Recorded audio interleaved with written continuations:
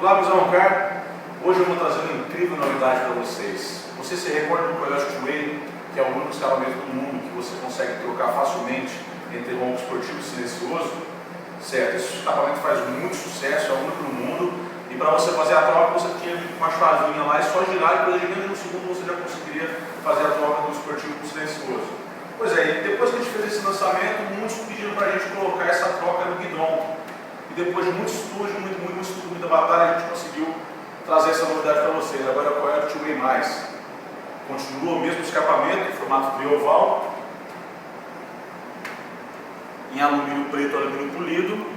Você percebe que ele tem duas saídas. A saída maior é a saída esportiva, a saída menor é a silenciosa.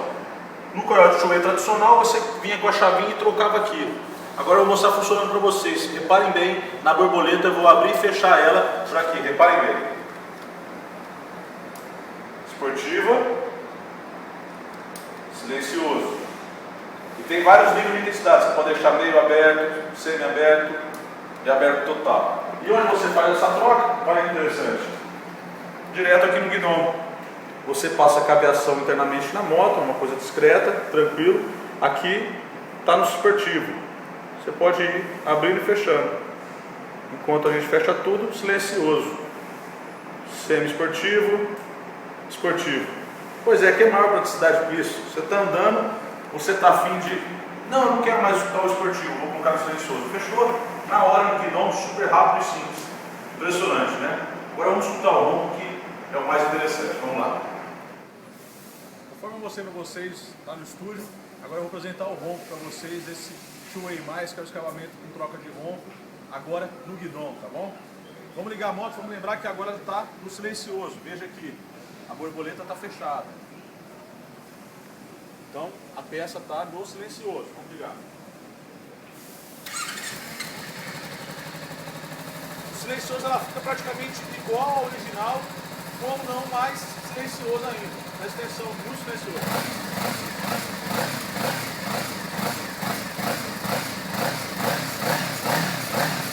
Agora vamos abrindo. Ó, você já vai sentindo a diferença. Está no intermediário, tá bom?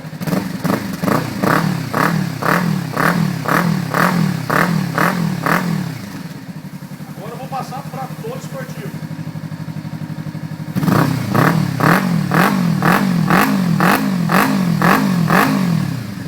Você percebe que fica um ronco bem gostoso, não fica aquele ronco metálico, nem muito forte, ruim de ouvir.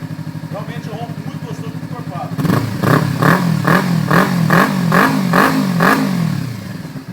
Vou voltar para o silencioso, hein? Vou fechar, fechei tudo, extremamente silencioso.